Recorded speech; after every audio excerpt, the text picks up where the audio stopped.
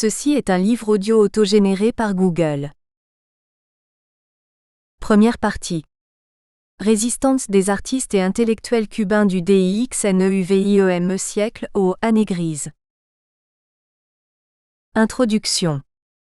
Dans son essai Foucault révolutionne l'histoire, l'historien Paul Venn analyse comment, pour le philosophe Michel Foucault, tout est historique et tout dépend de tout. Rien n'est inerte, rien n'est indéterminé et rien n'est inexplicable. Loin d'être suspendu à notre conscience, ce monde la détermine.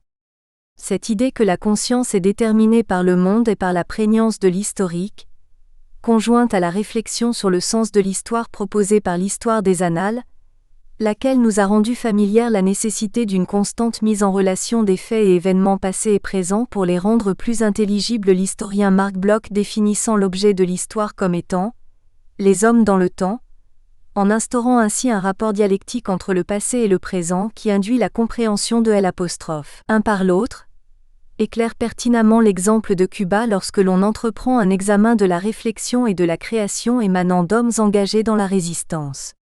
Il n'est que trop vrai que dans l'histoire de ce pays, les rapports entre de constantes manifestations de résistance et la réflexion, l'activité d'écriture et la publication de textes, littéraires ou non, mises au service de la cause patriotique et nationale, sont inextricables, et ils nous incitent à explorer l'activité de l'écrivain cubain de la décennie de 1990 engagé dans une rébellion au nom de la cubanité, à partir d'un retour archéologique aux diverses œuvres, vestiges successifs des apostrophes. Un processus né dans la première moitié du XIXe siècle, aux origines les plus anciennes, au moment même de l'émergence d'une conscience nationale dans cette colonie, et aux conditions intellectuelles y ayant déclenché de décisifs soubresauts.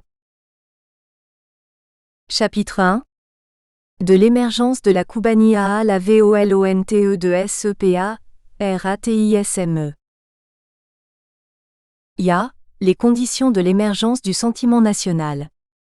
Traité par l'Espagne comme une colonia de factoria, depuis le début de l'entreprise coloniale, comme le fait observer Félix Lizaso 26, Cuba n'ayant pour unique partenaire que la métropole, ne put briser pour la première fois son isolement que lors de la domination anglaise de 1762, qui donna à la fois lieu à l'exercice inédit de la liberté de commerce et à la libre circulation des idées car les bateaux jetant l'ancre dans le port de la Havane apportèrent pas que des marchandises mais aussi des livres diffusant des idées, dont le retentissement sur les esprits ne se ferait pas attendre. Cette présence anglaise à Cuba fut en outre, à l'origine de l'introduction de la franc-maçonnerie dont les loges participèrent très activement au mouvement pour l'émancipation future.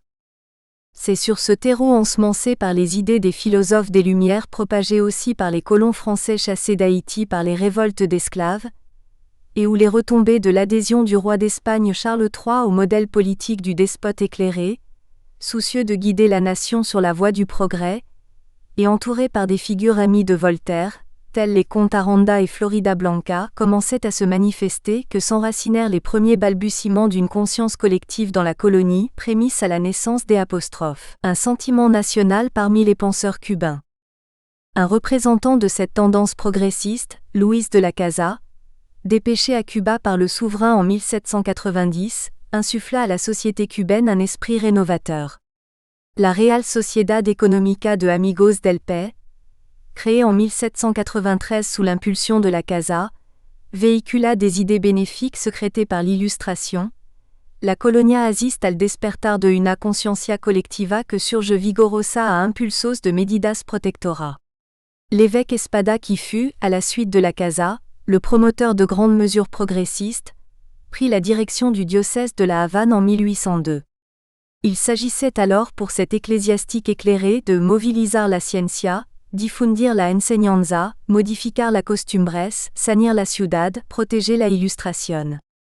C'est donc le clergé de ce début du XIXe siècle qui insuffla à la société cubaine une incoercible volonté de renouveau. Le Real y Conciliar Seminario San Carlos y San Ambrosio de la Habana a été l'un des phares de la pensée novatrice et progressiste de la colonie. Le renouveau de la pensée philosophique dans cette illustre institution fut indiscutablement un facteur décisif de l'émergence d'une volonté émancipatrice à Cuba. À la suite de l'expulsion des Jésuites décrétée par Charles III, le comte Aranda décida en 1768 qu'il fallait réduire à sus justa limite la sutileza de los escolásticos. Si en Espagne ces dispositions ne rencontrèrent que peu d'écho favorable, de même que dans les universités et à la Universidad Real Pontificia de la Havane, il n'en fut pas ainsi au séminaire royal de San Carlos où prévaudrait très tôt une pensée travaillée par le libéralisme, celle du père José Agustín Caballero dès 1795. La philosophie de saint Augustin, dont l'un des fondements est la primauté de la volonté, l'avait conduit très naturellement à celle de René Descartes et aux influences postérieures au cartésianisme. Selon Caballero, il était indispensable de se défaire des inconvénients conceptuels d'une pensée qui retarda et embarrassa los progresso de la artes y las ciencias. Medardo Vitier reconnaît à cette institution, dont l'existence a précédé de 20 ans celle de la Sociedad Económica Patriótica qui jouerait un rôle déterminant dans le domaine de l'éducation, l'incomparable mérite d'avoir contribué, au moment où la société coloniale commençait à donner des signes d'agitation pré-révolutionnaire, à destacar, distinta, y con programa histérico la cubanidad. IB. La position des grandes figures de la pensée et des lettres cubaines de la première moitié du XIXe siècle, face au régime colonial.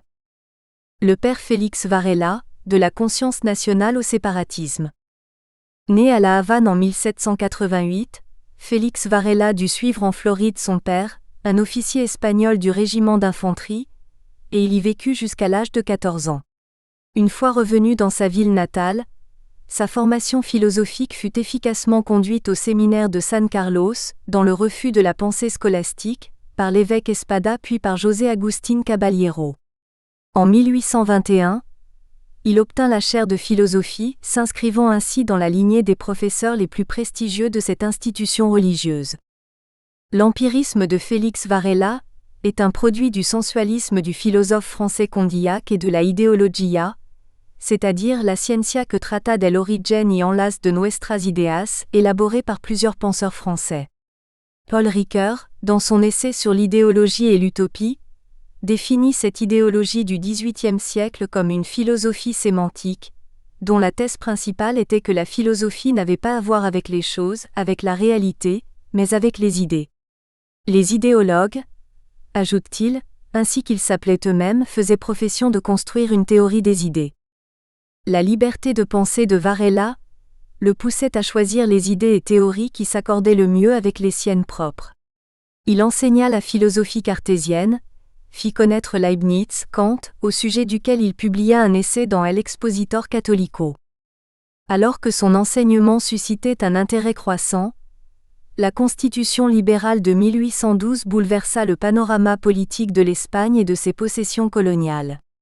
Le nouveau régime proclamé en 1820 le fut un mois plus tard dans l'île. Et la popularité et les convictions du professeur Félix Varela furent à l'origine de la proposition qui lui fut faite d'être député de Cuba aux Cortés.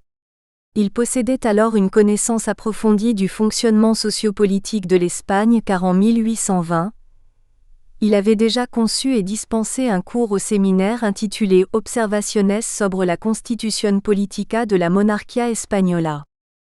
En tant que parlementaire, il entreprit résolument une œuvre visant à la conception et la mise en pratique de principes de gouvernement mieux adaptés au particularisme de l'outre-mer. En 1823, il présenta son proyecto de instrucción para el gobierno económico y político de la provincias de Ultramar. L'historien Félix Lizaso voit en lui un penseur révolutionnaire, aussi bien sur le terrain de la philosophie que dans le domaine politique, l'un étant une conséquence de l'autre. Son projet d'une autonomie relative, fondée sur des considérations d'ordre climatique, sur la prise en compte de la différence de lieu, de population, d'état économique, de coutumes et d'idées, dans la même ligne de pensée que Montesquieu, connut un échec retentissant.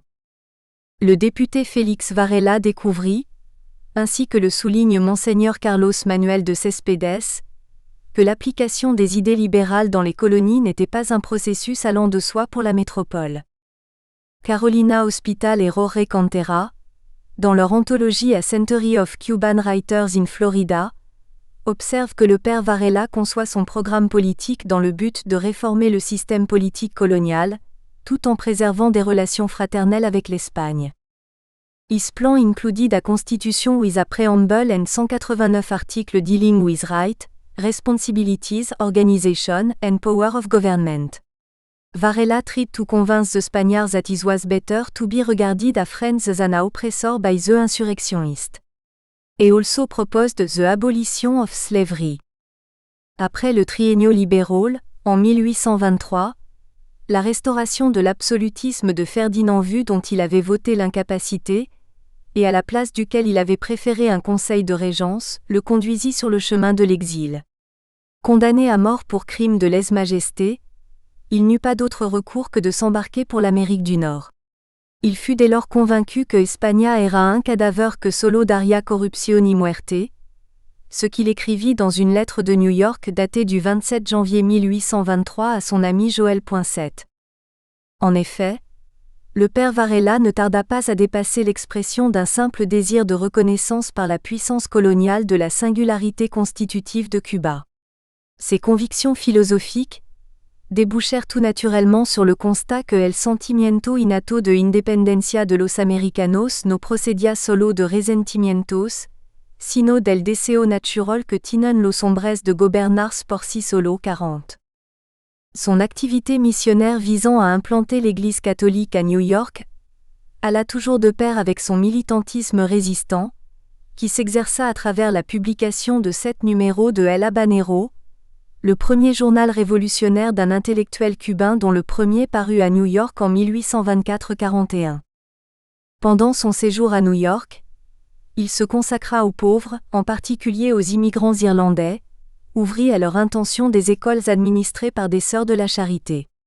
Cette spécificité d'une tradition du catholicisme cubain orientée vers la considération à accorder aux pauvres, ce souci de l'égalitarisme, auront des répercussions aussi bien sur l'idéologie de José Martí que sur celle de la révolution cubaine de 1959. Ces essais théologiques l'entraînèrent au cœur d'une violente controverse sur l'anticatholicisme qui régnait à Philadelphie et à New York, où des églises furent brûlées. C'est cette situation de crise engendrée par le fanatisme et l'intolérance qui lui inspira son livre d'essais, Cartas a Elpidio, dans lequel il analyse comment l'absence d'esprit religieux conduit aux pires excès, à la destruction des liens sociaux, à la méconnaissance du sentiment de charité. Dans la réflexion de celui qui est considéré par certains comme le père du nationalisme cubain, la dimension religieuse est intimement liée aux préoccupations d'ordre social et politique. Pour lui, le monstre du despotisme prend naissance dans l'agitation intolérante de l'irréligiosité poussée à son paroxysme par l'absence de cohésion entre les masses livrées à leurs pulsions démoniaques, seule force capable de les réunir, entraînée par une sorte d'animalité, comme dans le Léviathan, du philosophe anglais Thomas Hobbes 42. Dans son essai, Viare a la Semilla, Instituciones de la Antimodernidad Cubana, le philosophe et historien cubain Rafael Rojas 43 n'hésite pas à faire de Félix Varela celui qui, plus encore que José Lezama Lima, avait fixé en termes doctrinaux les bases de la teleologia insular, autrement dit la vision d'une entité insulaire comme finalité. José Antonio Sacco, le rebelle à l'absolutisme de Ferdinand VII. Le successeur de Félix Varela à la chaire de philosophie du Real Seminario de San Carlos de La Habana, José Antonio Sacco, marqua la ligne d'une revendication identitaire tracée par son prédécesseur d'une empreinte encore plus résolument politique.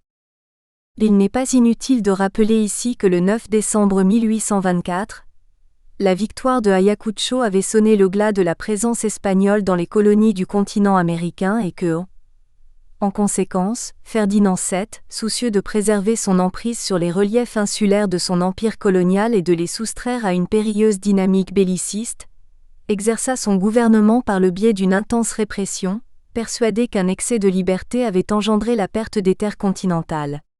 En outre, le général Miguel Tacón, représentant de l'autorité royale et assoiffé de vengeance pour avoir déjà essuyé une humiliante défaite en Nouvelle-Grenade, s'acharna sur Cuba. Élu 3 fois député de Cuba, Sacco dut quitter son pays en 1824 pour les raisons de changement politique déjà mentionnées et s'exiler aux États-Unis, où il rejoignit Félix Varela. De retour à Cuba, Il collabora avec celui-ci à la publication de El Mensajero Semanal, organe dénonçant les obstacles au progrès de l'île et proposant des réformes. Ses mémoires, Caminos en la Isla de Cuba et Cosa de la Vagancia en Cuba, furent distingués par la Real Sociedad Patriótica de la Habana dont la commission permanente de littérature lui confia la direction de la Revista Bimestre Cubana, où purent s'exprimer Varela et d'autres figures rebelles, Luz y Caballero et Domingo del Monte.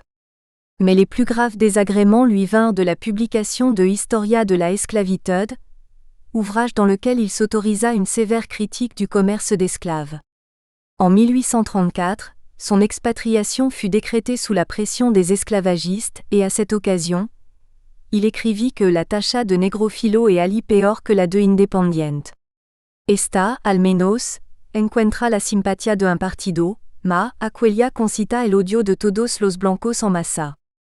En réalité, le débat que suscita l'abolition tournait autour de deux questions, qui semblaient avoir aggravé les dissensions entre les créoles et les métropolitains. D'abord, dès 1820, la Grande-Bretagne avait exigé de l'Espagne qu'elle mît fin à la traite.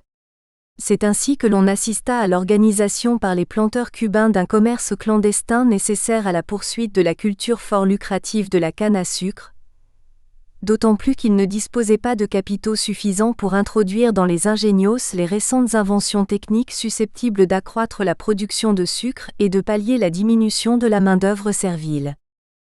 Un vrai sujet de préoccupation pour nombre d'anti-esclavagistes était donc la supériorité numérique de la population noire, ce qui, d'après Richard Henry Dana Jr., qui visita l'île en 1858, correspondait à la réalité démographique, soit 800 000 noirs, esclaves et hommes de couleur libre confondus, contre 700 000 blancs 47.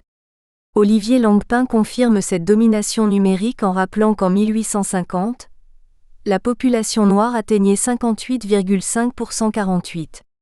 Les sanglantes rébellions d'esclaves contre leurs maîtres dans l'île voisine de Saint-Domingue étaient présentes dans toutes les mémoires. Que l'on se souvienne également de la sérieuse alerte de 1812. L'esclave affranchi José Antonio Aponte prit la tête d'une insurrection, qui s'étendit de Holguín à Bayamo et Trinidad, et s'arrêta dans les faubourgs de la Havane. José Antonio Sacco, cet aristocrate de l'élite intellectuelle créole, refusa la destination d'exil imposée par le général Tacón, Trinidad, et préféra s'embarquer pour l'Europe, où il mourut en 1849. Son sens aigu de la nationalité ou de la Cubania se nourrissait d'une idée dont il disait qu'elle est très malaisée à définir. Confieso que no es fácil definir claramente esta palabra, porque consistiendo la nacionalidad en un sentimiento, los sentimientos se sienten, pero nunca se explican bien. Ainsi, en vez de valerme de definiciones imperfecta y oscura, me serviré de ejemplos y diré que todo pueblo que habita un mismo suelo, y tiene un mismo origen, una misma lengua, y unos mismos usos y costumbres, ese pueblo tiene una nacionalidad. Il ajoutait que negar la nacionalidad cubana es negar la luz del sol de los trópicos en punto de mediodía, et cette conviction profondément enracinée le poussa à être un adversaire résolu de l'annexion de Cuba par les États-Unis souhaitée par des Cubains qu'exaspérait la politique menée par le général Tacón. Le romantisme patriotique du poète José María Heredia.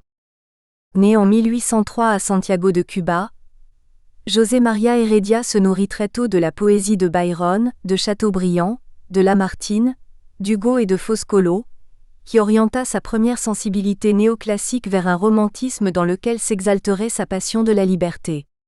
Ainsi, son activité poétique alla souvent de pair avec un activisme politique qui lui vaudrait de devenir, avec Varela et Martí, tous deux exilés comme lui aux États-Unis, l'une des plus éminentes figures de la résistance littéraire à la colonisation espagnole.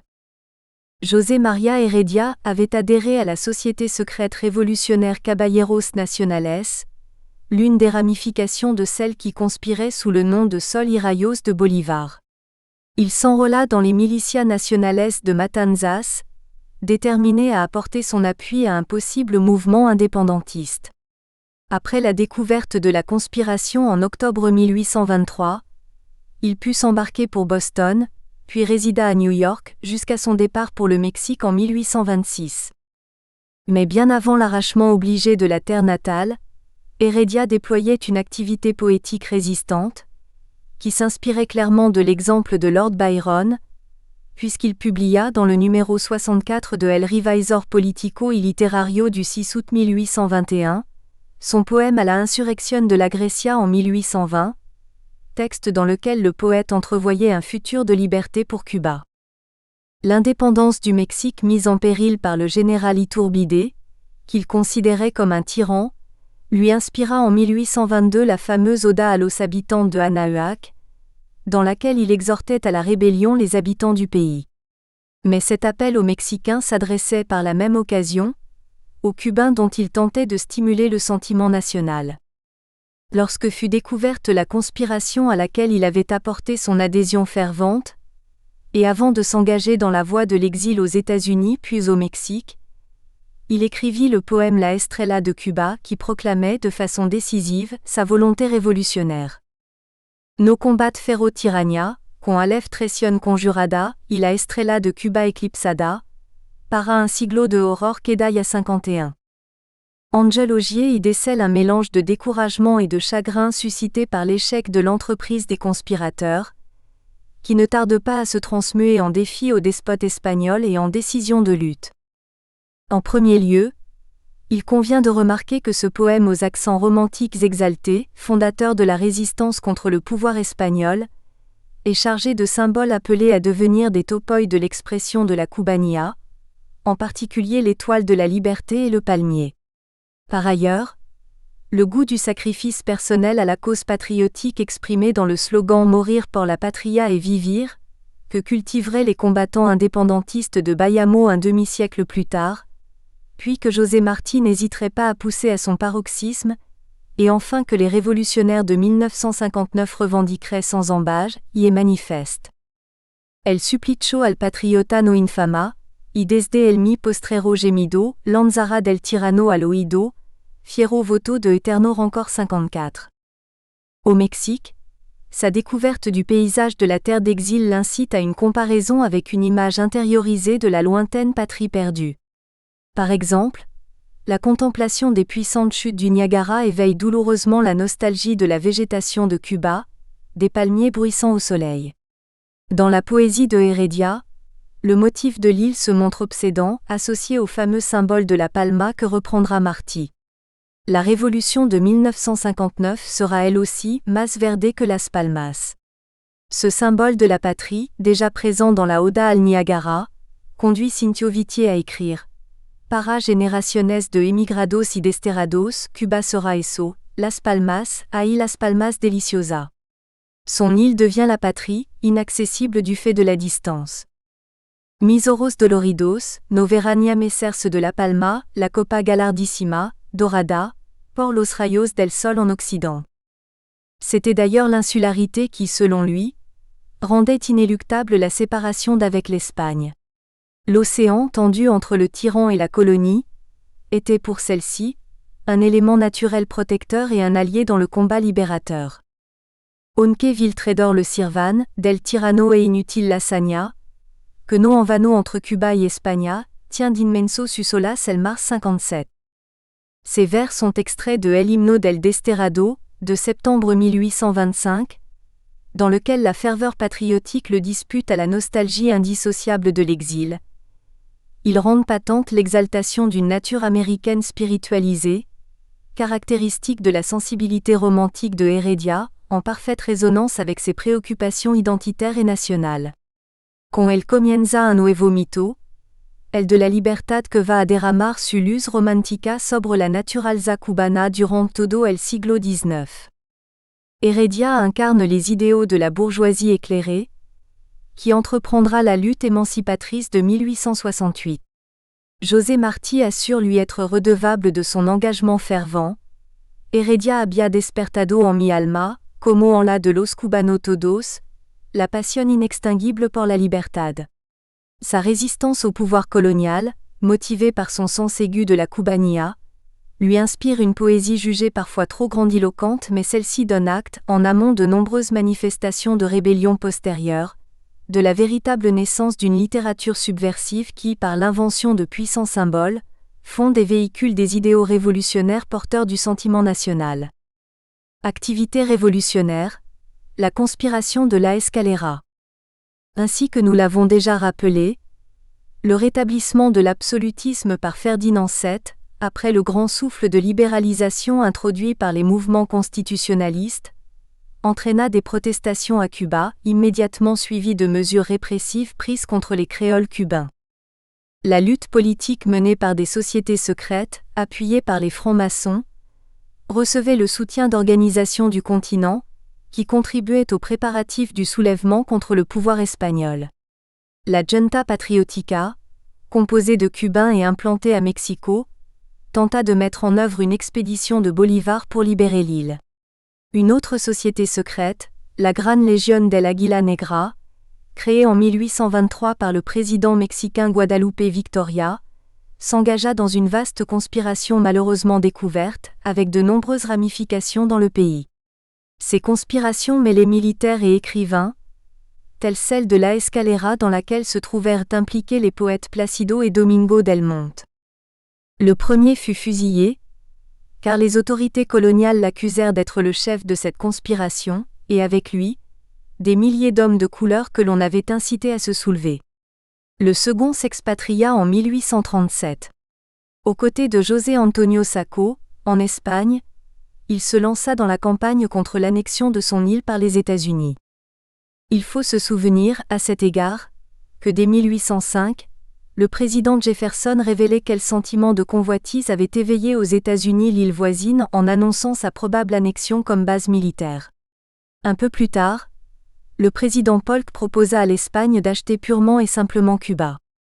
D'ailleurs, cette question de l'annexion divisait les intellectuels cubains même si les deux camps, partisans et adversaires d'une telle éventualité, étaient habités par le même souci de libérer leur pays de la tutelle de l'Espagne. Par exemple, José Antonio Sacco et le poète Del Monte, expatriés en Europe, défendaient des thèses opposées à celles du patriote indépendantiste et anti-esclavagiste Cirilo Villaverde, pédagogue, romancier exilé aux États-Unis, et qui dénonçait la traite dans son roman Cecilia Valdés. Il était également un journaliste militant en faveur de l'annexion, cherchant à tout prix à faire évoluer le statut politique de l'île. I.C. José Martí, ou les fondements de l'utopie républicaine. Dans l'histoire de la résistance cubaine, José Martí est une figure singulière. En tant que penseur et poète, elle synthétise et parfait des traits intellectuels et sensibles propres aux pères fondateurs de la nationalité cubaine, Félix Varela et José María Heredia, et assimile avec une remarquable intelligence l'héritage des grands libertadores de l'Amérique latine, tout en examinant avec lucidité les écueils qu'ils n'ont pu éviter. Elle se dessine comme le penseur qui a fixé, en termes décisifs, les principes théoriques de la fondation de la patrie cubaine. Elle a jeté pour la première fois dans l'histoire du pays les bases d'une utopie fondée sur la vision d'un peuple cubain uni, avec toutes ses composantes raciales, fier du syncrétisme de sa culture différente de celle de l'Europe et libéré de toute tentation du despotisme. L'aura héroïque et sacrificielle du militant mort au combat, la fameuse religion de la patrie dont les historiens ont fait état, l'extrême richesse de la pensée et de l'œuvre, expliquent l'unanimité réalisée autour d'une figure incontestablement fédératrice du peuple cubain.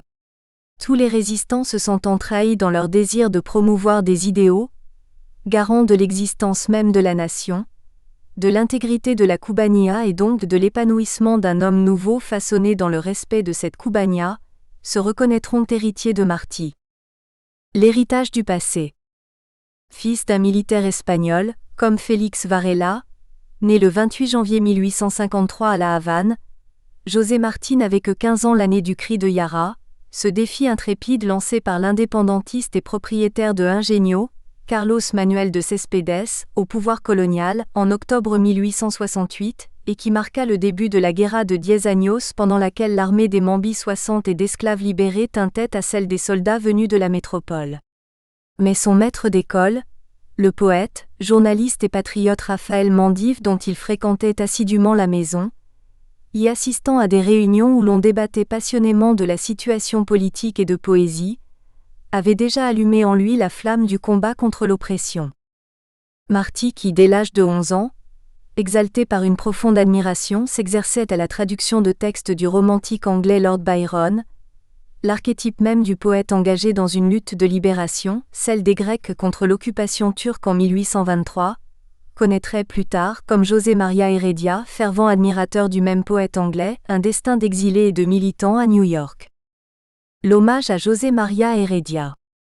L'on connaît, d'après l'étude publiée en juillet 1888, dans El Economista Americano, le point de vue très nuancé de Martí sur la poésie d'Heredia, qu'il juge à la fois empreinte de grandeur, visiblement lestée de pesanteur emphatique et marquée par une certaine rudesse des procédés stylistiques 61. Cependant, le poète exilé, dont la sensibilité fit vibrer en lui la ferveur du patriote et qui serait donc adopté comme un valeureux modèle, a été reconnu par lui comme El héros de Cuba aquel de cuyo labio salieron alguno de los acentos más belos que haya modulado la voz del hombre, aquel que murió joven, fuera de la patria que quiso redimir, del dolor de buscar en vano en el mundo el amor y la virtu 62. C'est à lui qu'il emprunte le si célèbre symbole de la palma, symbole de la patrie devenu un cliché, et dont il use dans les premiers vers des versos sencillos, Yo soy un hombre sincero, de Donde crece la palma, publié à New York en 1891, à l'occasion de la réunion des peuples hispano-américains à Washington, Barro el Águila Temible. La palma, héritage d'Heredia, acquérait alors une extraordinaire portée politique puisque le contexte historique ici évoqué n'était autre que celui de la lutte contre les prétentions impérialistes des États-Unis. Les préventions nourries contre les États-Unis furent pour l'indépendantiste Martí, déficient ressort de l'écriture de ces vers rédigés à New York par un homme tourmenté et affaibli par la tuberculose mais plus déterminé que jamais à mener à son terme la lutte pour l'émancipation de son pays. L'exemple de Félix Varela. Les principes philosophiques de Félix Varela cultivés par José Antonio Sacco et président à l'affirmation d'une inaliénable liberté, qui force à reconnaître el deseo natural que tienen los hombres de gobernarse por sí solo, et agissent comme des moteurs de la résistance politique à l'aliénation de cette liberté, sont aisément décelables dans les propres convictions de Martí, héritier de cet ecclésiastique dont Félix Lizaso dit que les 7 numéros du journal El Habanero, bastaron para que hayamos podido ver al précurseur de la ideas revolucionaria en Cuba. Y se anticipó en sus predicas a muchos de nuestros hombres que le susdieron en el culto a la libertad y a la dignidad humana. Quant à la mise en pratique d'une réflexion politique adaptée aux impératifs de la réalité sociale cubaine, José Martí en a révélé les conditions en se fondant, à la manière de Félix Varela et José Antonio Sacco, sur une tentative de compréhension d'une société géographiquement éloignée de l'Europe, entièrement régie par ses propres normes, que le pouvoir colonial n'était en mesure ni d'accepter ni même de comprendre. Il fixera les orientations politiques de la future République cubaine en s'efforçant de concevoir une représentation cohérente de l'idiosyncrasie de la population, de l'état de l'économie, des impératifs géographiques. Les fondements de l'utopie martinienne. Sur la terre de l'utopie martinienne, l'avenir politique idéal envisagé par le fondateur de la patrie cubaine devait permettre la concrétisation de la généreuse idée exprimée par le slogan « Con todos y para el bien de todos ». Projection de l'avenir lumineux d'un peuple uni autour du droit au bonheur, par l'ouverture d'une brèche dans l'épaisseur du réel. Comme le dirait Paul Ricoeur, celui institué par le monde colonial, c'est la définition même de l'utopie moderne. Un monde nouveau pour un homme nouveau en devait être les indispensables ingrédients puisque l'utopie rêve d'enclore en un tout harmonieux la société et l'histoire des hommes. Il n'y a pas d'utopie sans ce projet d'associer en un lieu circonscrit tout ce que l'homme peut penser et vivre d'idéal. 66. Robin Blackburn, dans Prologue of the Cuban Revolution, défend la thèse que la philosophie de Martí articule le double souci d'une volonté de justice sociale et de lutte contre l'impérialisme nord-américain. Avec Anthony Captcha, auteur de Ideology and the Cuban Revolution, Myth, Icon, Identity, il partage l'idée que le nationalisme cubain dont Martí devint la figure fondatrice, du fait même de l'accession tardive du pays à l'indépendance en 1898, a eu la possibilité d'assimiler des concepts politiques modernes.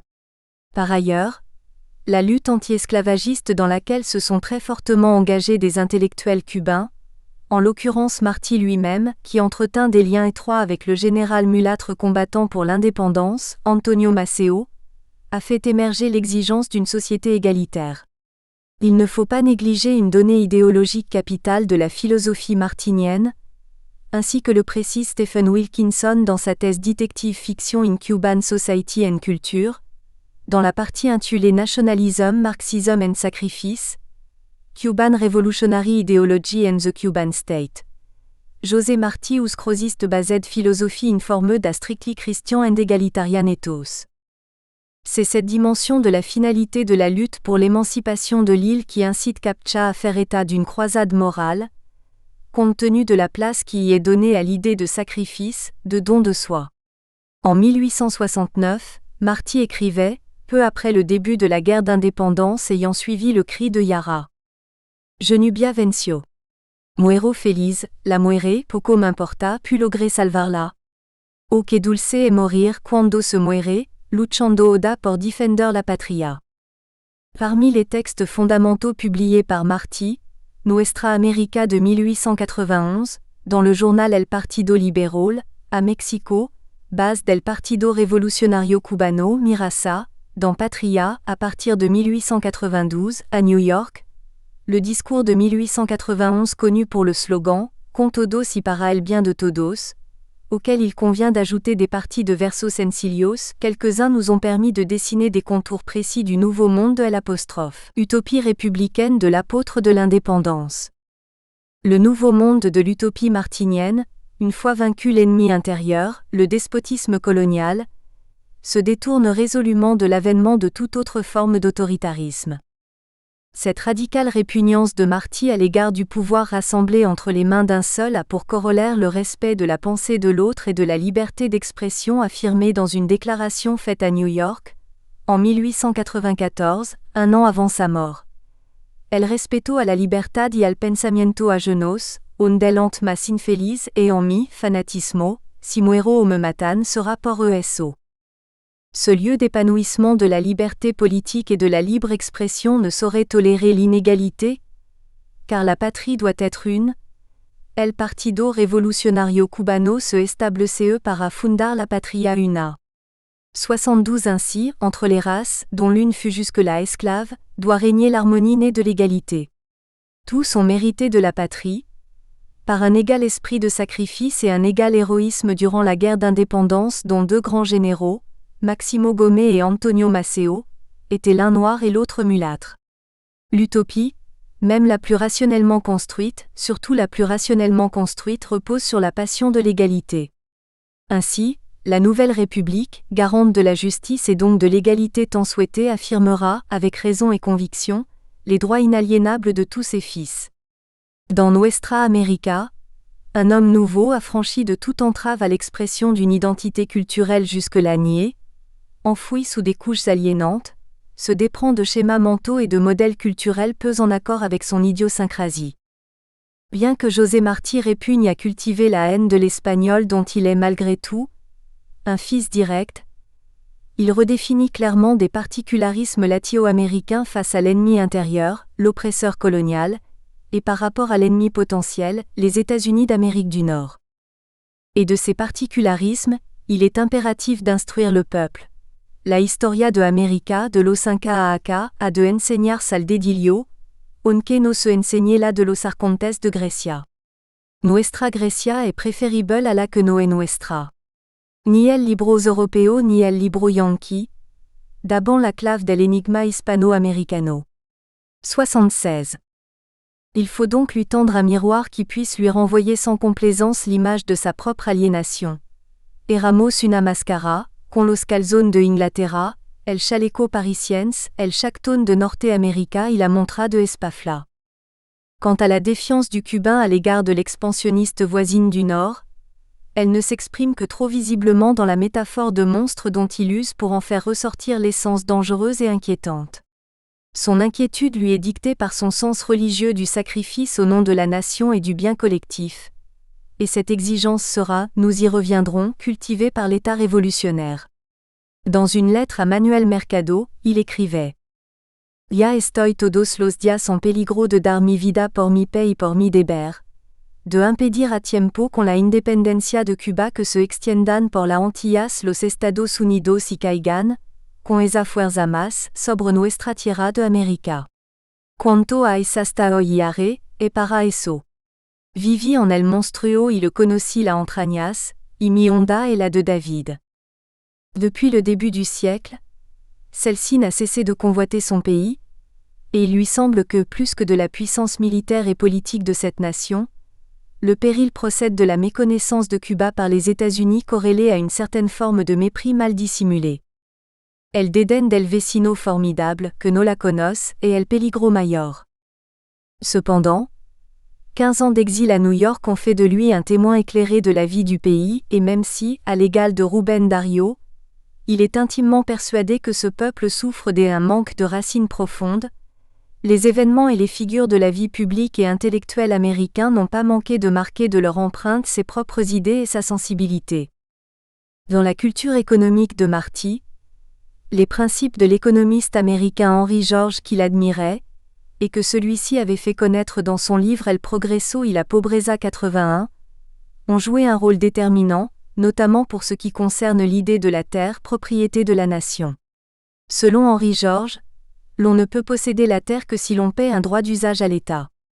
Par ailleurs, peut-on ne pas se rappeler son essai passionné sur le philosophe-poète Ralph Waldo Emerson, anti-esclavagiste, adversaire de la politique hégémonique du gouvernement des États-Unis qui envahirent le Mexique en 1847, proche du Parti républicain, de sensibilité panthéiste face à l'option d'une excessive industrialisation et d'une déshumanisation de la société américaine par l'emprise démesurée de l'économie sur la vie des individus, et son hommage à la poésie admirable de Walt Whitman. 83. Utopie de ces valeurs que la communauté des êtres raisonnables s'accorde à reconnaître pour indépassables. La paix, la liberté et la justice. 84 plus qu'utopie des faits et de l'action concrète, le projet de Martí se distingue des orientations de la société révolutionnaire, c'est-à-dire de celle de la révolution institutionnalisée imposant ses propres normes et poussant tout esprit militant à agir sur le monde dans le sens où l'exigent les dirigeants de la révolution. Certains fondements de l'idéologie martinienne ont pourtant servi d'assise à l'édification de l'État révolutionnaire, en particulier l'idéal de la nécessité impérieuse de se dévouer à la cause de la nation, au détriment de l'intérêt individuel. Idée. Le théâtre Buffo, le théâtre Mambi et les arts plastiques. Le théâtre, dans la deuxième moitié du XIXe siècle, n'hésita pas à se mettre au service de la cause indépendantiste, soit en bravant directement les autorités coloniales, soit en trouvant des moyens de déjouer la vigilance de la censure, tout en entretenant des rapports de totale complicité avec le spectateur. Dans le théâtre Buffo, se mêlaient des types populaires urbains, des guariros ou paysans, des noirs qui dans une tonalité comique, dénonçaient les excès des représentants du pouvoir colonial par des allusions à la réalité sociopolitique. La subversion s'exprima plus volontiers dans une prose pittoresque et mordante, qui se substitua au vers. Un exemple de ces pièces courtes en un acte et en prose du théâtre Buffo est la Cocina de Ignacio Sarachaga, jouée pour la première fois en 1881 et qui représente un monde colonial moribond. Voici un extrait de Del Parque a la Luna de Raimundo Cabrera, de 1885, mettant en scène un employé incarnant l'Espagne métropolitaine et ses privilèges et le créole Carlos, révolté par la discrimination dont souffrent les Cubains. Empleada. Yo soy feliz empleado con un nombramiento real, en Madrid andaba escaso, aquí no del todo mal. En palacio tengo coche y el gasto material, trabajo una media hora, cobro la paga tal cual. Cuando a la corte mi vuelva, tendré quinta en el Escorial, mientras sigo aquí engordando, aunque el clima es infernal, ahuecando la voz, el bendito por siempre si, vas sin entrar en el kiosco, el ministro de Ultra. Carlos. No necesita ir al cielo, est dicoso mortal. Le théâtre Mambi fleurit aussi parmi les Cubains exilés. Francisco Balmaceda, 1838 à 1907, exilé en Colombie, écrivit le drame historique en prose, Carlos Manuel de Céspedes, en hommage au chef de la rébellion de Yara. Quant à Francisco Selén, professeur et journaliste que l'on déporta en Espagne et qui s'en échappa pour se réfugier aux États-Unis, il est l'auteur de Atuay, poème dramatique en 5 actes écrit en 1881, sur lequel souffle un vent de romantisme et qui exalte l'héroïsme d'un chef indien cubain après la conquête et que les Espagnols condamnèrent au bûcher. Dans ces années de la Guerra de 10 Años, non seulement les arts du spectacle reflètent le mécontentement des exilés cubains contre la domination espagnole, tout en mettant l'accent sur leurs particularités identitaires, mais les arts plastiques traduisent la résistance inquiète des révolutionnaires de l'île aux prises avec la métropole. Issu d'une famille d'indépendantistes, le peintre Guillermo Collazo est sans doute l'un des artistes dont l'œuvre est à retenir. Ses frères Enrique, Thomas et Antonio combattirent dans les rangs des insurgés contre l'Espagne, mais son tempérament maladif ne lui permit pas cette participation physique au conflit. Il partit à New York où il put parfaire une formation picturale très approximative entreprise à Santiago de Cuba. Peu après la rébellion de Carlos Manuel de Céspedes, ses parents l'envoyèrent dans la ville où d'autres peintres cubains séjournaient déjà, parmi lesquels se trouvaient Federico Martinez et Napoléon Saroni. Ce peintre, dont la vie fut courte, atteint la maturité picturale entre 1884 et 1896. On sent dans les premiers tableaux de cette étape une influence certaine du peintre catalan Mariano Fortuny. Un tableau intitulé La Siesta retient l'attention du spectateur par sa force nostalgique.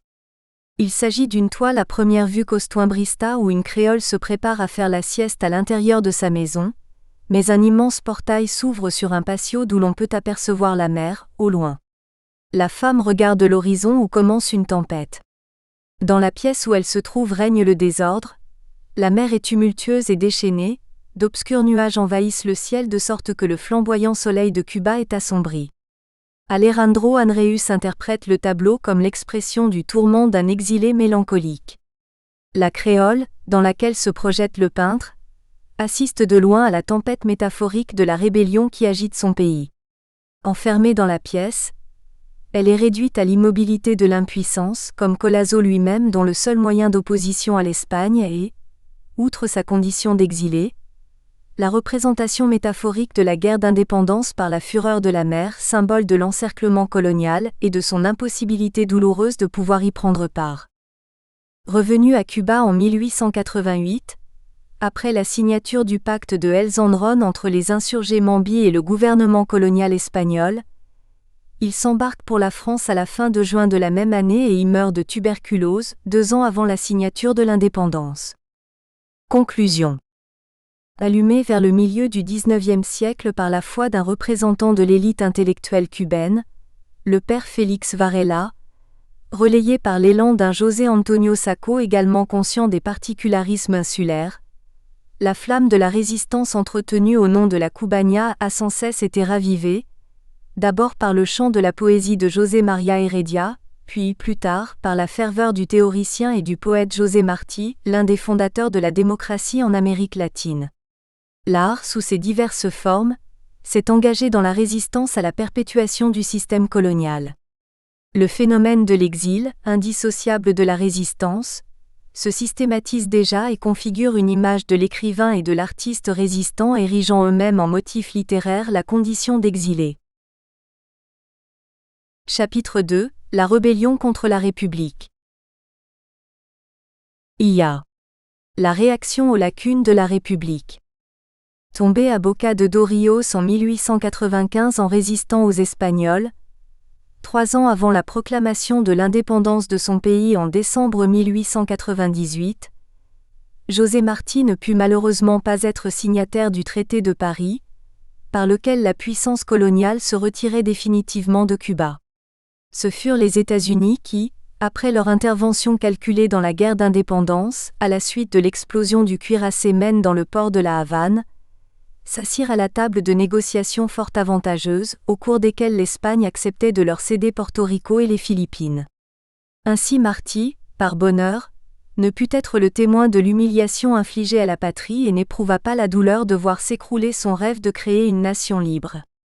La República debía ser la encarnación del sueño nacional, pero escaseaba material humano y sobraban las ambiciones. Además, a la República llegamos por la mediación de los Estados Unidos, y esto se tradujo como prueba de ineptitude. 88. Cette analyse de la situation historique cubaine de la période de la post-indépendance et de l'état d'esprit d'une partie de la population proposée par Vicente Etchery, dans son article De la plantation à la nation, est un résumé assez fidèle des remarques que les historiens ont pu formuler sur la période qui s'étend de 1898 à 1902, puis de 1903 à 1934. Après une phase de relative apathie, les écrivains, artistes et intellectuels du pays entreprirent une résistance contre ce que l'historien Jorge Manac, fervent admirateur de José Martí, analyse dans la Crisis de la Alta Cultura en Cuba, comme une épinicio confuso y estéril, un debandamiento de militorondos, con algo de vandalismo hacia la cosa publica y mucho de codillare et de indisciplina. L'activité intellectuelle résistante de la première phase républicaine, quelle qu'ait été la prudence et la modestie de ces manifestations, s'exerça dans un contexte sociopolitique peu favorable à la jeune République, contraire à l'épanouissement d'une authentique indépendance nationale mais propice à la mainmise des États-Unis sur une île où son pouvoir économique, dans la production sucrière, avait commencé à se développer. Durant la décennie de la Guerra de 10 Años, 1868 à 1878, contre les Espagnols, les créoles producteurs de canne à sucre, ruinés par la guerre ou incapables d'apporter les capitaux indispensables à la mécanisation de leur industrie, avaient été contraints de vendre leurs terres et leurs ingénios aux Américains du Nord, qui procédèrent alors à de bénéfiques fusions pour créer des centrales, vastes unités de production de sucre. C'est par l'amendement Platt, qui dura jusqu'en 1934, que la grande puissance du Nord transforma Cuba en une sorte de protectorat. Ajoutons que le président Estrada Palma, après un début de gouvernement honorable, dans le respect de la légalité républicaine, se laissa entraîner sur la voie de la réélection constitutionnelle et du codillisme. Ainsi, les partisans de la réélection durent faire appel aux États-Unis pour restaurer l'ordre, et Cuba fut contrainte d'accepter un gouvernement provisoire exercé par les Américains.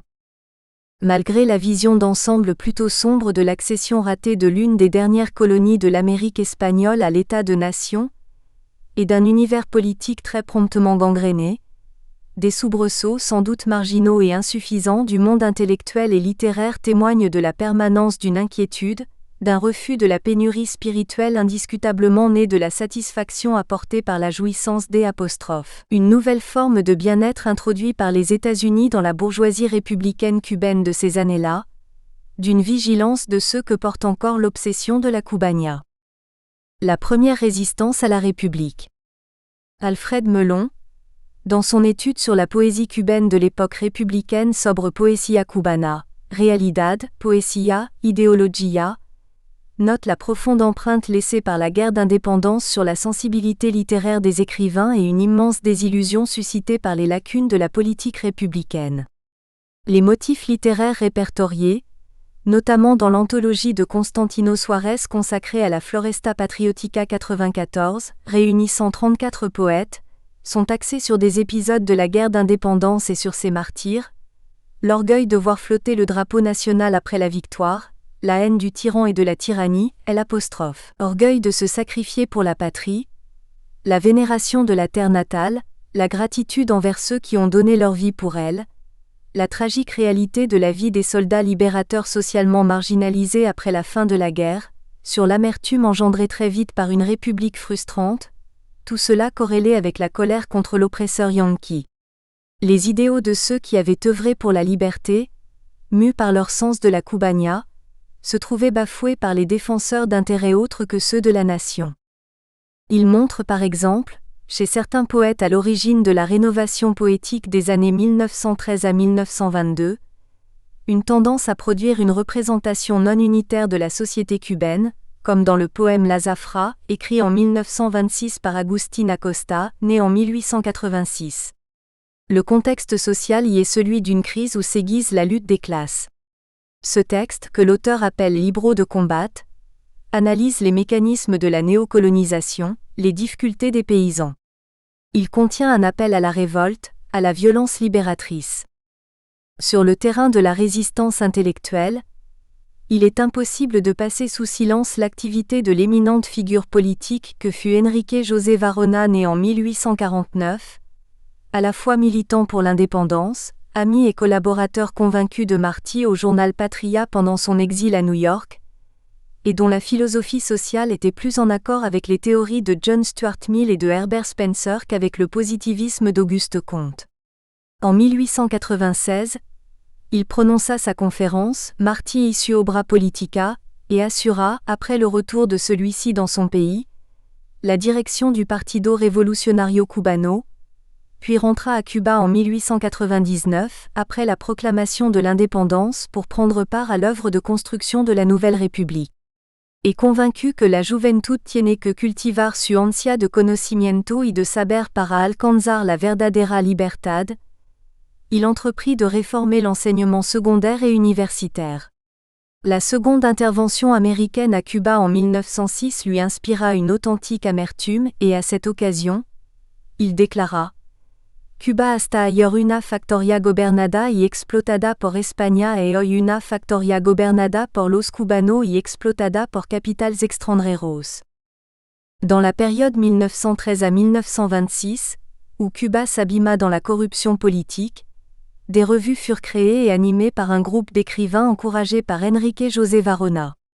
Tel fut le cas de Cuba Contemporanea, à laquelle collabora le poète Mariano Brull, qui appelait à un réveil du patriotisme, à un retour aux fondements de la Cubania, à un aiguisement du sens critique et contribua à rapprocher Cuba d'autres pays d'Amérique latine.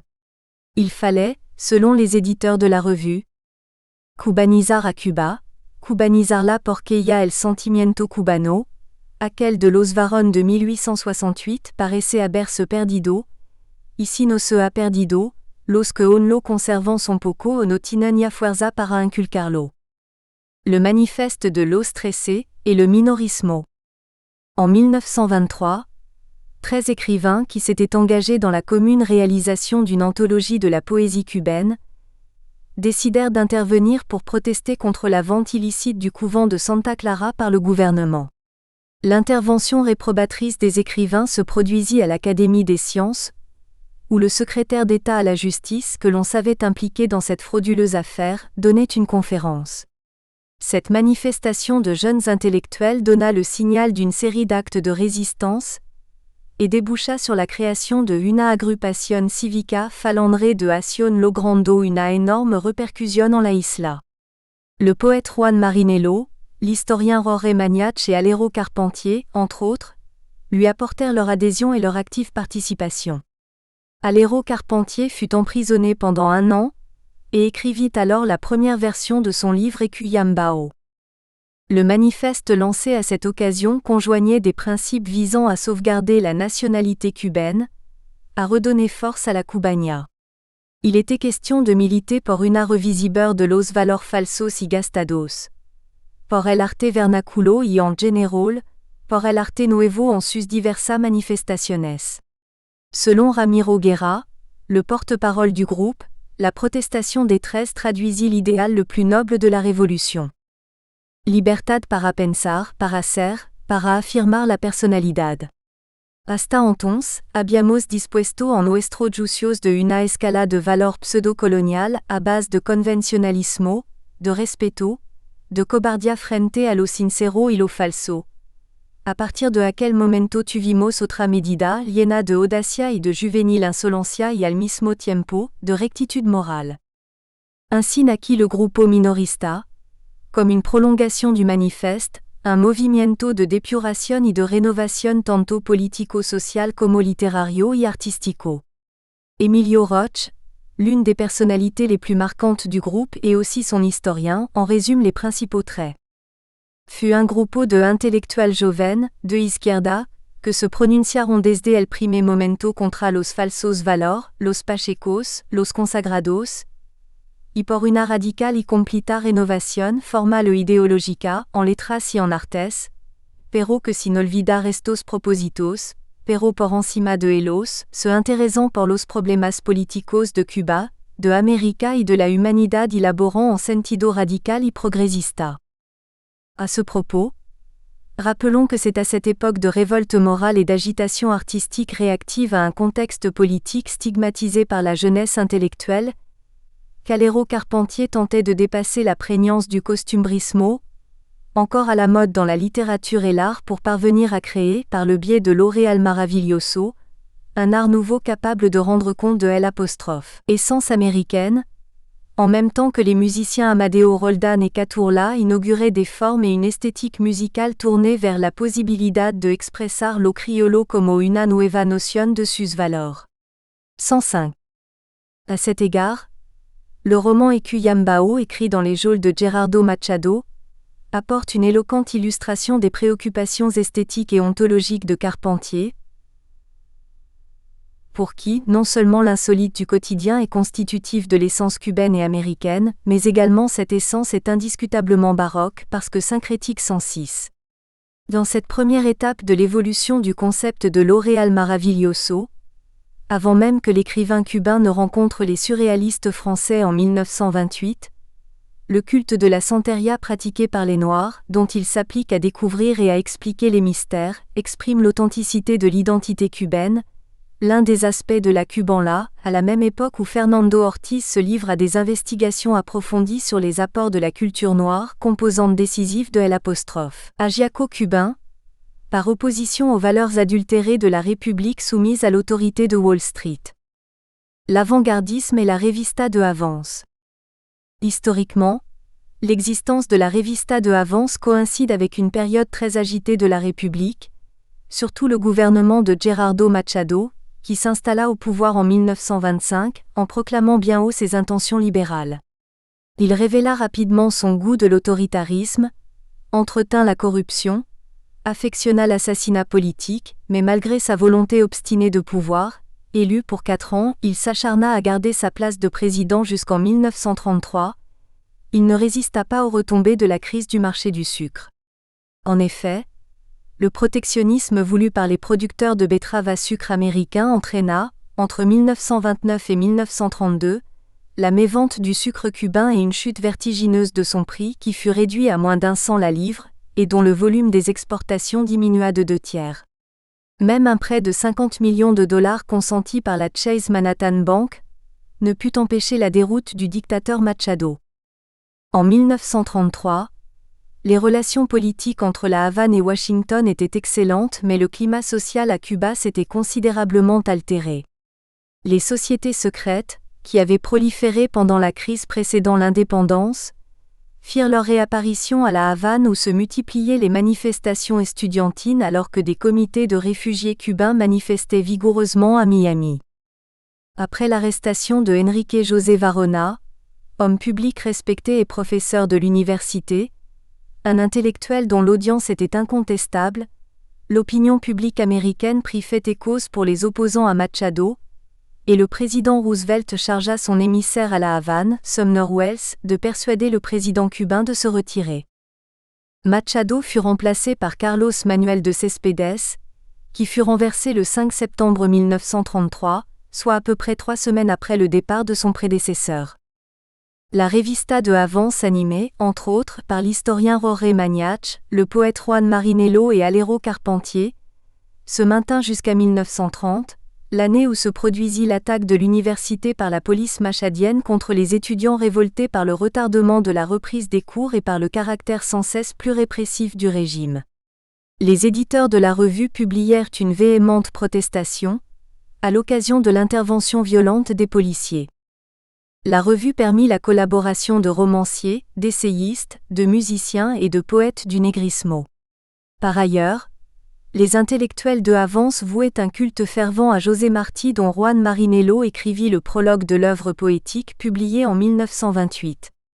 Et 5 ans plus tard, en 1933, l'historien Jorge Mañach publia Martí el Apóstol.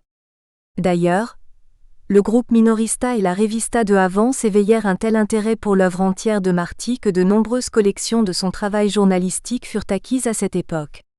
Il n'est pas douteux que la figure de Martí, la plus parfaite incarnation de la Cubanía, constituait un pilier de toutes les aspirations de ces jeunes résistants pour lesquels Gerardo Machado avait trahi l'utopie républicaine de l'apôtre de l'indépendance cubaine. IB. La résistance à Fulgencio Batista. Dès 1934, bien que le gouvernement fût officiellement assuré par le colonel Carlos Mendieta puis par Miguel Mariano Gómez et ensuite Federico Laredo Bru, la politique cubaine était déjà dominée en coulisses par Batista, rival civil de Gros San Martin, qui avait très brièvement succédé à De Céspedes, du 5 au 10 septembre 1933. C'est seulement en 1940 qu'il se présenta aux élections et fut élu président de la République. Il assuma à 2 reprises le pouvoir, puisque battu aux élections de 1944, il se retira en Floride et attendit son heure. Le 10 mars 1952, il déposa le gouvernement de Pío Socarrás par un coup d'État et présida aux destinées de son pays jusqu'à la révolution conduite par Fidel Castro Ruz, Ernesto Guevara et Camilo Cienfuegos en 1958.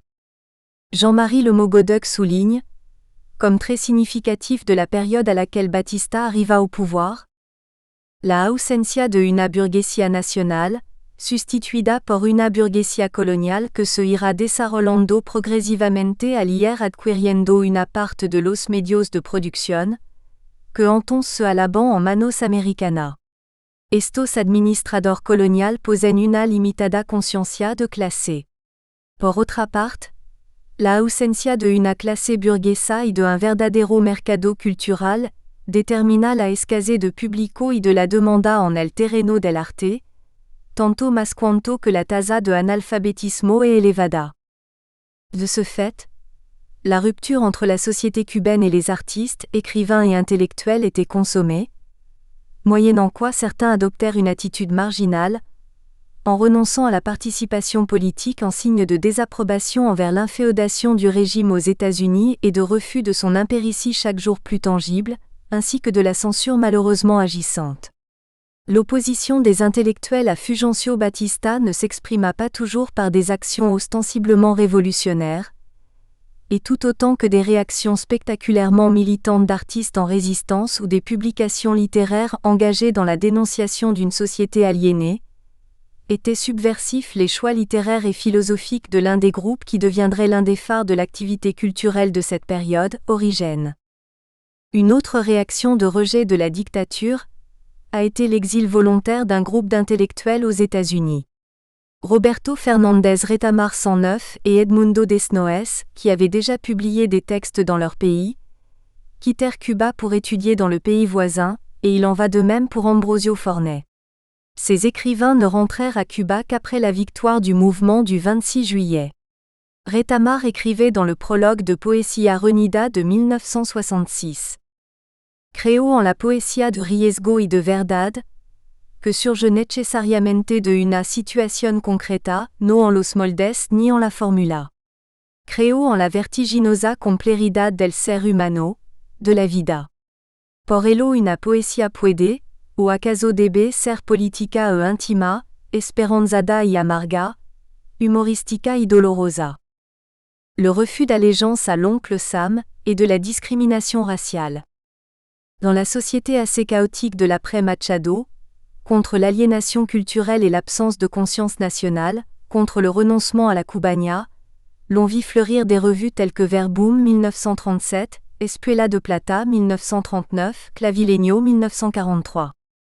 Les créateurs de la revue Verbum, dans une sorte de manifeste, déclarèrent se détourner de la vie politique d'un pays qui avait vendu son âme en reniant son identité, et dans le deuxième numéro, dans son discours de présentation de 8 peintres cubains 111, dont les tableaux étaient exposés à l'université, le professeur Guy Pérez Cisneros, auteur d'une thèse intitulée Características de la evolución de la pintura en Cuba, proposait un programme de sédition nationale par l'art et de sauvegarde de l'apostrophe identité nationale par la culture 112. L'attaque était sévère. Elle visait directement le régime sous lequel le pays avait commencé de se complaire dans son indolence de paradis artificiel pour touristes américains en quête d'exotisme et de plaisir facile. Cisneros tirait la sonnette d'alarme de façon prémonitoire, car cette tendance ne ferait que s'affirmer lors du deuxième gouvernement de Batista. Marcel Niedergang insiste sur les relations douteuses de ce dernier et les sinistres implications de ses habitudes délictueuses sur la vie sociale de Cuba. Batista avait noué d'étranges amitiés avec les spécialistes américains des loteries, des tripots et des lieux de plaisir en tout genre pendant sa retraite à Miami. L'exploitation systématique du vice prit d'effarantes proportions au cours de sa seconde présidence. La réaction anti-américaine, vigoureuse parmi les peintres, ne le fut pas moins chez les poètes puisque José Lezama Lima, avant la création de la revue Origen, écrivit à cette période son grand poème Pensamientos en La Habana contre le matérialisme américain, fustigeant l'absence d'âme de ses voisins du Nord. Selon lui, il fallait pour être soi-même, integrar el mito que no falta, el de la insularidad. Il conceptualisa alors la téléologia insular, elle apporte que la islas pueden dar a la corrientes marina, la teleologia insular a que estamos obligados por fronteras de aguas, lors d'un congrès célébré en présence du poète espagnol Juan Ramón Jiménez en avril 1937, lequel a dénoncé à cette occasion el delirante maquinismo y el consumismo norteamericano. Cintio Vitier contribue à nous éclairer sur la portée de ce concept, dans ce qu'il apporte de décisif à la mission du poète et à la poésie engagée dans une exploration et dans une volonté d'expression globalisante de la réalité américaine. Su proposito no es aislar la poesía sino penetrar con ella toda la realidad capaz de visualizar una pupila poseída por la curiosidad barroca americana. La poésie apparaissait comme le moyen le plus efficace de s'élever au-dessus de l'absence de finalité, où était tombée l'agitation politique républicaine, de transcender le néant quotidien.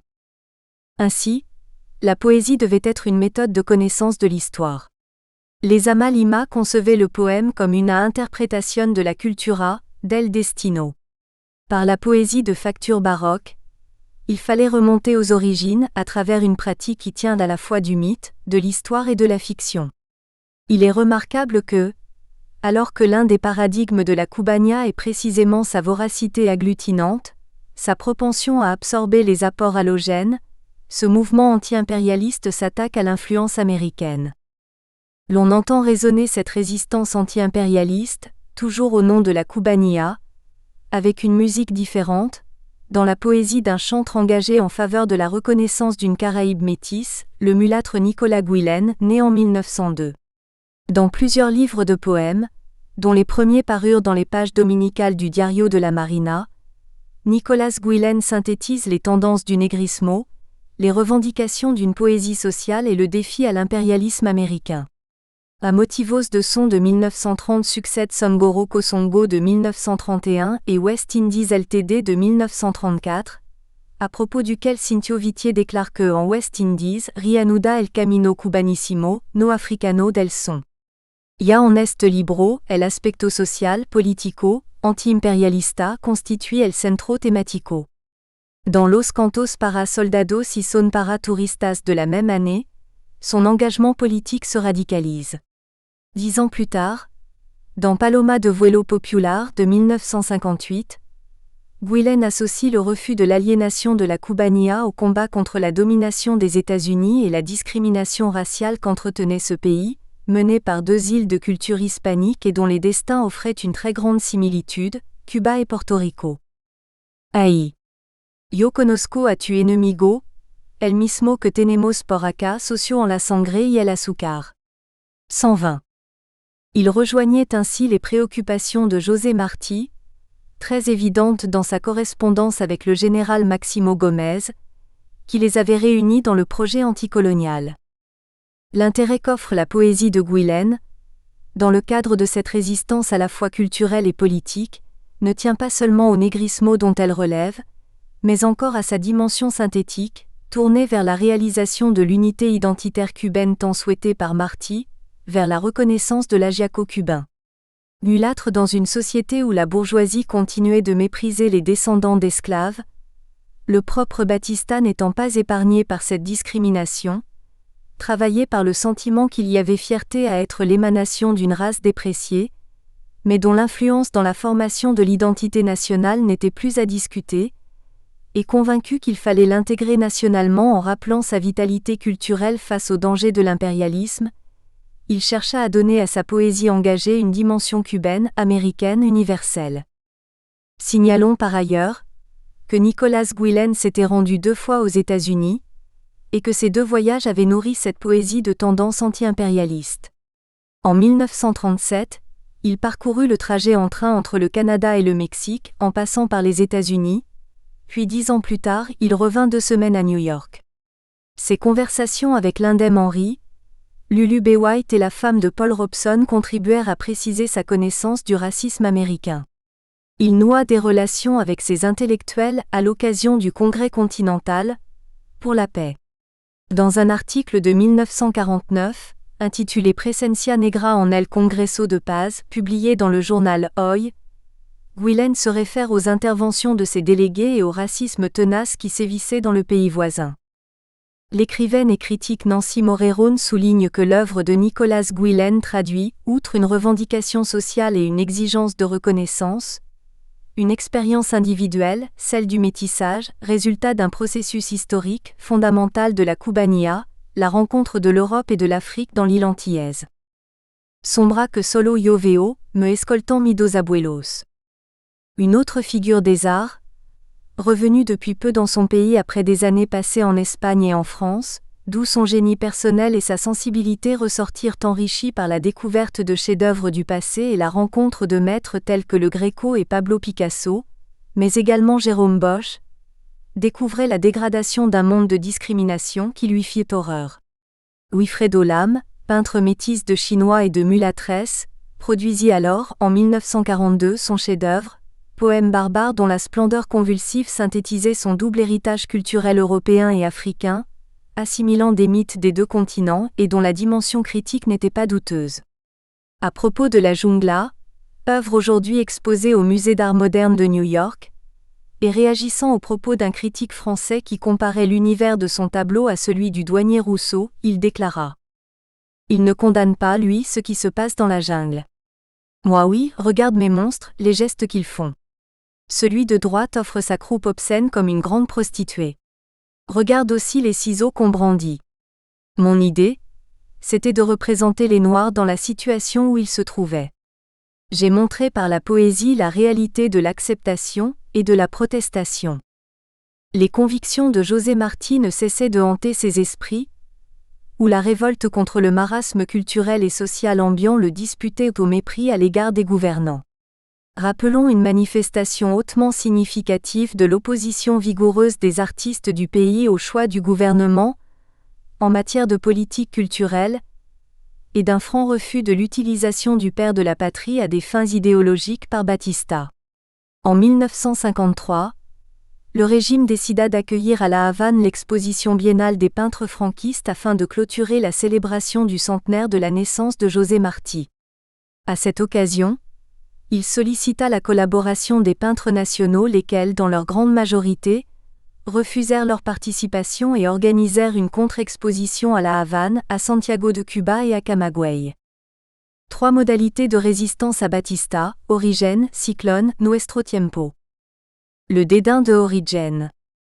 Cette censure explique pourquoi Nicolas Guillen et Alero Carpentier s'exilèrent alors tandis que José Lezama Lima, Alfredo Lozano et José Rodriguez Feo, le pourvoyeur de fonds, fondaient et animaient avec d'autres écrivains parmi lesquels figuraient Virgilio Piñera, Eliseo Diego, l'écrivaine Fina Garcia Maru, le père Anrel Gatzelou, le musicien Julian Orbone, la revue Origen en 1944. Ajoutons à leur enthousiasme l'appui convaincu qu'apporta à la revue la philosophe espagnole María Zambrano, arrivée à Cuba en 1938, à la suite du déclenchement de la guerre civile dans son pays. Pendant et à la fin de la guerre civile à laquelle participèrent des Cubains, débarquèrent dans l'île beaucoup d'autres Espagnols, dont María Zambrano. Rappelons sa parfaite connivence avec les valeurs chrétiennes du catholicisme, patente dans la revue, et avec la pensée du philosophe José Ortega y Gasset. Roberto González Echevarría interprète ces solides liens entre les intellectuels cubains et espagnols comme une affirmation de l'hispanité, ressentie alors comme l'un des fondements de la Cubanía, hostile à l'influence des États-Unis. Et il ajoute, à propos du retour du poète José Lezama Lima au baroquisme de Luis de Góngora, que fut un aferrarse à l'eau irréductiblement espagnol, à l'eau intraductiblement espagnol. ainsi que le précisent Claude Fell et Françoise Moulin-Civil dans le néo-baroque cubain, cette tradition d'un goût pour le baroque, à la façon de Luis de Góngora, sera revendiquée par un écrivain résistant appartenant à la première génération d'exilés et dont nous aurons à reparler, Sévero Sarduy 128. Françoise Moulin-Civil, dans son étude sur le néo-baroque dans le roman cubain contemporain, démontre que Sarduy, dans la lignée de José Lezama Lima, élabore une œuvre romanesque néo-baroque, soucieuse de reconnaissance, porteuse de ce que nous pensons être en un sens, l'essence de la Cubania, à la différence de Alero Carpentier, l'un des maîtres du baroque cubain, tourné vers une quête endogène de l'identité et dans une autre modalité de la Cubania. Dès lors, l'affirmation de la Cubania et par conséquent, la revendication anti-impérialiste s'appuyait sur un retour aux racines espagnoles de Cuba même si un hommage était par ailleurs rendu aux figures héroïques de la lutte pour l'émancipation nationale. C'est à ce moment-là que, dans le numéro 21 de Origène de l'année 1949, dans la série d'articles intitulée Señal, la otra desintegración, José Lezama Lima expose nostalgiquement son regret dû au déclin des idéaux du XIXe siècle, qui avaient été promus à l'échelle continentale par Simón Bolívar et par Martí, et déplore la disparition de la force de cohésion qui en résulta pour les peuples libérés. Lo que fut para nosotros integración e inspiración ascensional en el siglo XIX, se truca en desintegración en el XX. Porque accessió así, la aspiraciones bolivariana, la guerras del 68, del 95, Martí, la propaganda autonomista, eran proyecciones que no han tenido para en el medio siglo subsiguiente, y en verdad que eran necesaria, puis su ausencia motivó el diplôme y la intimidación en el siglo XX. L'un des principes directeurs et programmatiques adoptés par Origène était qu'il importait de retrouver de nouvelles voies d'élévation vitale et spirituelle dans un pays frustré dans le domaine politique. Déterminé à fuir l'indigne comédie sociale et politique, et soucieux de s'interroger sur la Cubania afin de définir l'essentiel de leur être, certains membres du groupe révélèrent des préoccupations nettement orientées vers l'expression de valeurs spirituelles dans un cadre atemporel, par exemple, la quête de Dieu, l'exploration introspective dans le cas du père Gatzelou, du poète Cintio Vitier 132, du poète Eliseo Diego établissant d'après l'historien cubain Rafael Rojas, une opposition entre mémoire et histoire. Cette autre politique, cette autre façon de gouverner la cité, n'est que la poésie même. L'image, ou la métaphore, est érigée en unique moyen d'exploration du réel en l'opposant à l'histoire. Cette méfiance à l'égard de l'histoire porte indéniablement l'empreinte du Nietzsche de la seconde considération intempestive de 1872, soucieux d'offrir des remèdes au triomphe d'une culture massivement historique et dont l'emblème programmatique était de l'utilité et des inconvénients de l'histoire pour la vie. Résolument anti-historiciste et anti-moderne, elle prône que le non-historique et le supra-historique constituent l'antidote naturel à l'envahissement de la maladie historique, et les seules voies pour l'exorciser. Tous ces écrivains de Origène, circonspects à l'égard de l'histoire, s'interrogent sur la Cubania, et ne manifestent aucun intérêt pour le folklore ou le costumbrismo.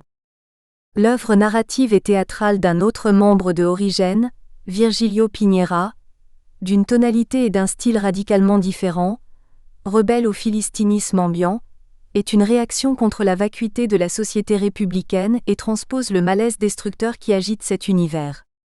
Elle met en lumière la décomposition de ces bases apparemment les mieux constituées, dont le mariage et le noyau familial ne sont qu'une métaphore. Sa pièce de théâtre, Electra Garrigo, inspirée de l'Orestie d'Échille et d'Électre de Sophocle, écrite en 1941, remet en cause de façon subversive la solidité du noyau familial cubain puisque la sœur et le frère, Electra et Orestes, débordant de haine pour Clytemnestre Plat, leur mère infidèle à leur père Agamemnon Plat et instigatrice de son élimination avec la complicité de son amant Égiste, décide de sa mort.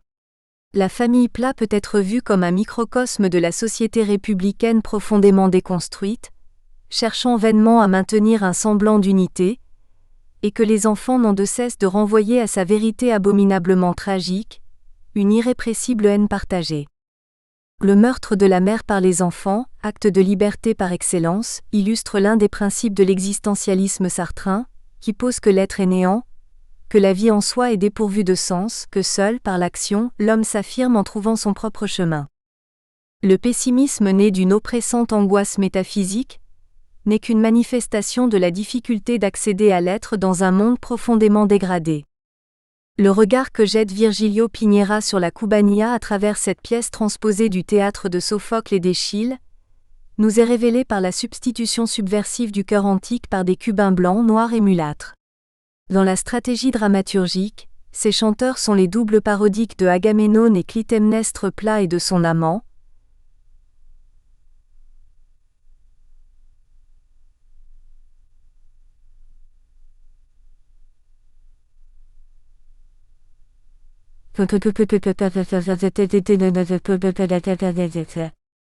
Dans l'œuvre poétique La Vida entra, qui réunit les poèmes écrits entre 1941 et 1970 par Virgilio Piñera, il est intéressant de retenir que les personnages majoritairement féminins luttent contre ce que le poète appelle la humiliación de los días, comme dans l'œuvre théâtrale.